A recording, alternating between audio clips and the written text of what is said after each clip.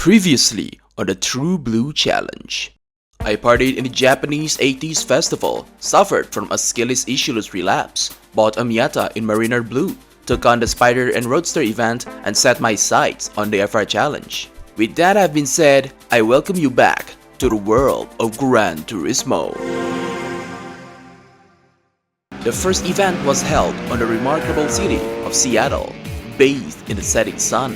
181 points race. The situation looked familiar, but this time I was armed with soft spokes as well as other upgrades. Also, compared to the beginner's course, the Seattle circuit is significantly longer, meaning I have more chances to catch the leader and snatch the crown.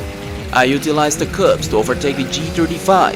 A superior racing line allowed me to outrace the Skyline and the S2000 in a quick succession. I wasted no time to shove the Z4 out of the way and began my chase against the compressor. On the straights, the Mercedes showed an impressive display of power through the gap it built against me.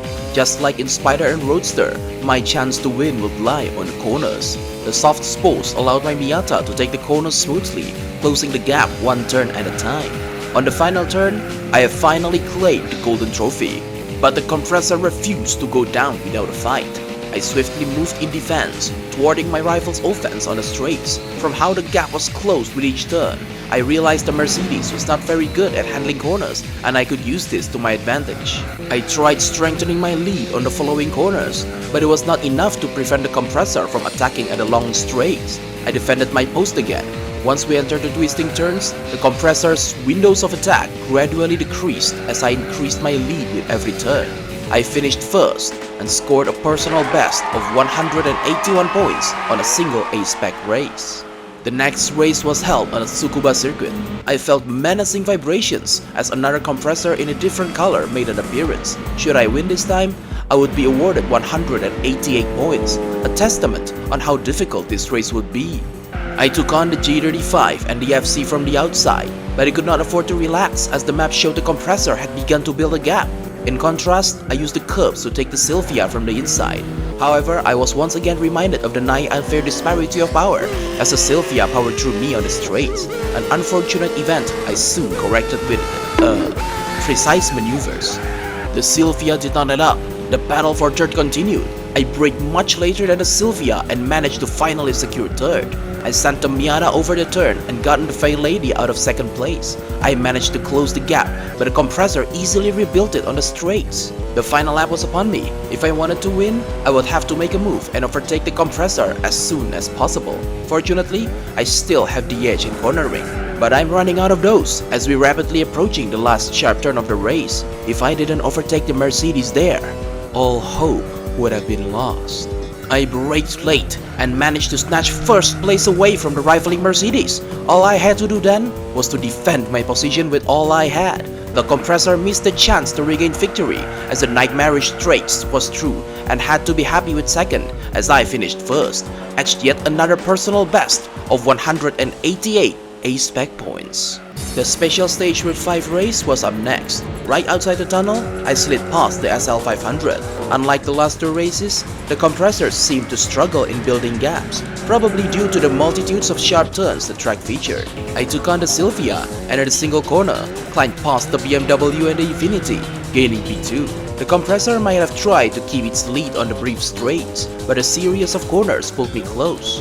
Lucky for the Mercedes, I was not able to wrestle the lead away before the long straights, but with a new lap came its fair share of sharp corners, which whittled away the lead the compressor once had. I remained close on the compressor's tail and finally took P1. The final straights was upon me. All I had to do was to defend. Right before the finish line, the compressor launched an attack but failed to actually make a comeback. I won with less than 100 of a second from the Mercedes. The penultimate event of the FR Challenge was set on the Laguna Seca Raceway.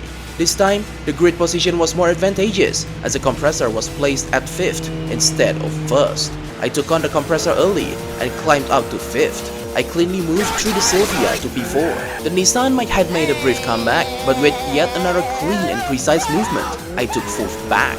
The SL500 could not contain me on the downhill chicane, and the G35 was outplayed before the last corner.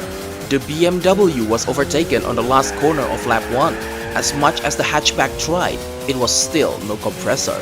On the second lap, I solidified my lead as the compressor was stuck in the back and the BMW lacked any power and technique to threaten my ever-growing dominance. I ended the race in first, with a 5 seconds lead against the BMW, and the compressor ironically finished last. The last race of this challenge was hosted on Driving Park's Motorland. On this track, the compressor curiously did not make an appearance, probably out of shame of that absolute humiliation in Laguna Seca. At the end of the rolling start, the game gave me an immediate advantage in the form of an offensive position, which I took to overtake 2 racers. The BMW was taken care of, and the 300C was next. On that point, the only opponent in the way of my victory was the Fair Lady. Power-wise, I was outclassed, but the Motorland was a small track featuring turns and twists, and that's where my advantage in cornering came in. For an event which yields only 1.5 grand for each win, the FR challenge was surprisingly harder than the Spider and Roadster, which grants double that amount for each race won. Nevertheless, I managed to come out on top on yet another set of races in the beginners events. This time, I wonder if I can even use the prize ride. Of course. The slight monetary boost is always welcome though. The Miata had served its purpose, but there were still 3 events remaining in the beginners events. To comfortably get through them, I would need money. More money. But where would I go? Where would I get that boost of credits?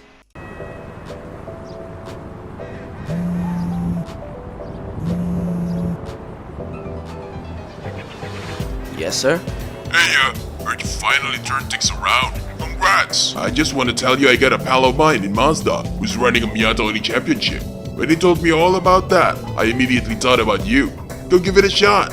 More cash is always welcome, yeah? I'll give it a try. Thank you, sir. No worries. Good luck out there. With this new information, I headed over to Mazda and noticed the NRA Roadsters Cup. Naturally, I took part in the fun.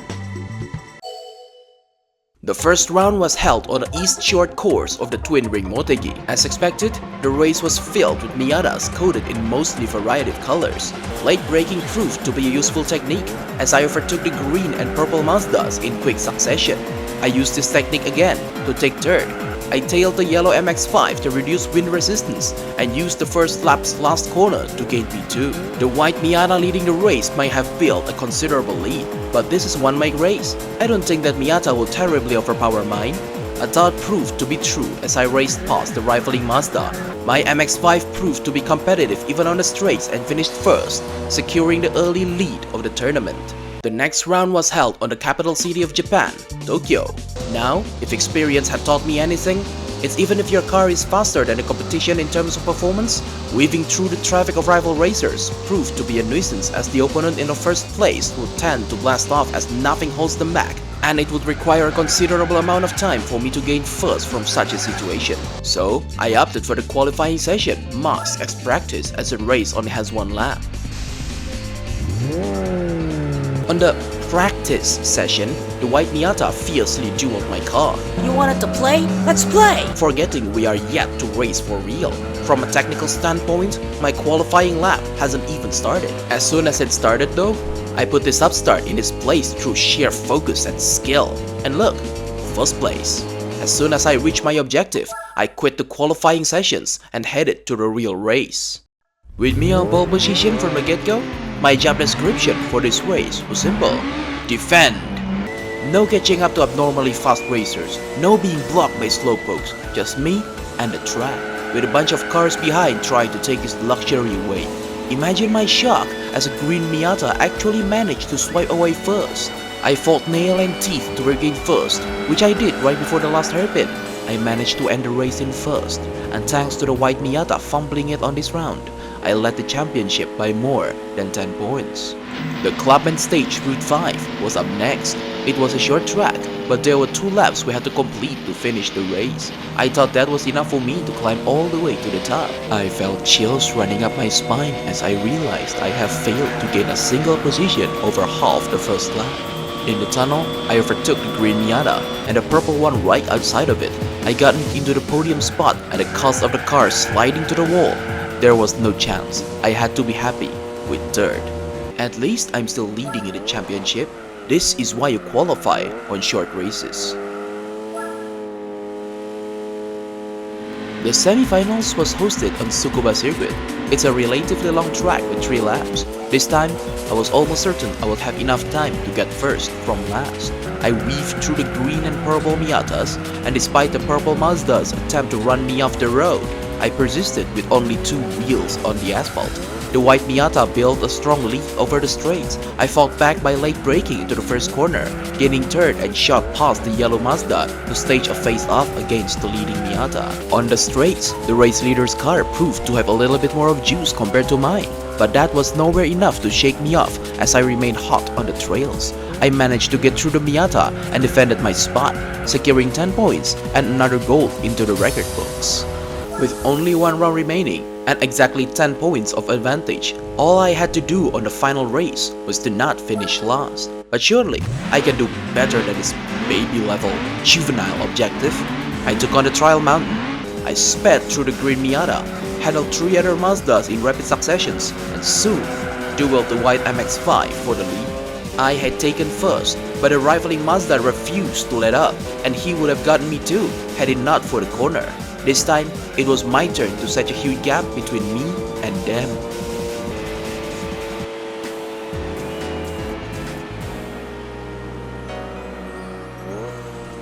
He's good. Real good. I've won yet another championship and fattened my bank account with at least 15,000 more credits. With another event done, came another prize ride. Considering the race was all about MX-5s, surely the prize car won't be far off, right? Huh? What is this? Seriously? What on earth is this thing? Never mind the color, why a race about Mazda Roadsters who dealt me this absolute moving apartment complex of a car? Oh wait, is it because of the MX in its name? God damn, can't even get money from it. Off you go, you oversized mobile house. Well, that happened. With the Roadsters Cup done, it was time for more pondering. Which event should I tackle first? Do I try getting a small FF car for both the K-Cup and the FF Challenge? Or do I handle the big sports truck event first? We'll see the answer to this conundrum next time.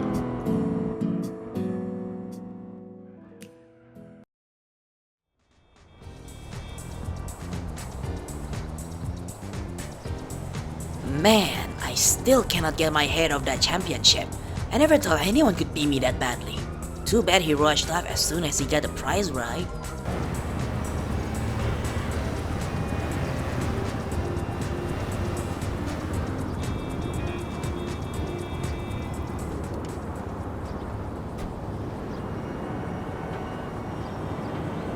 Hi! It's a coincidence I've run into you. Do I know you? Remember the NRA Roadster Championship? I was the guy in the white Miata. There were 2 Miata drivers. Which one were you? I was the guy placed in second. Alright, you were the biggest reason of why I took part in a practice session on Tokyo. I'm flattered. Anyways, it was good meeting you. I hope I get to race you again someday. Wait!